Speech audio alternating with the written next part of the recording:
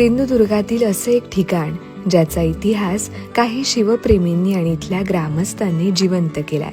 नमस्कार मंडळी, मी तनया. कनेक्टेड राहण्यासाठी एखादा मीटअप गरजेचा असतोच, म्हणून आमचा एक छान प्लॅन ठरला. 100 लोकेशन्स ग्रुपवर फिरून झाल्यानंतर एक नाव डोळ्यासमोर आलं. पुकेरी गावात असलेला हनुमंतगड. फायनली निघालो. बांद्यात नाश्ता केला आणि मॅप लावून पुढच्या प्रवासास सुरुवात झाली. दोडामार्ग तालुक्यातील आणि गोव्यापासून अगदी जवळ असलेलं फुकेरी हे गाव. या लोकेशन पर्यंतचा प्रवासच नितांत सुख देणार आहे. मात्र गडावर जातानाचा रस्ता हा फार अरुंद आणि वळणावळणांचा आहे, त्यामुळे गाडी चालवताना थोडं जपूनच.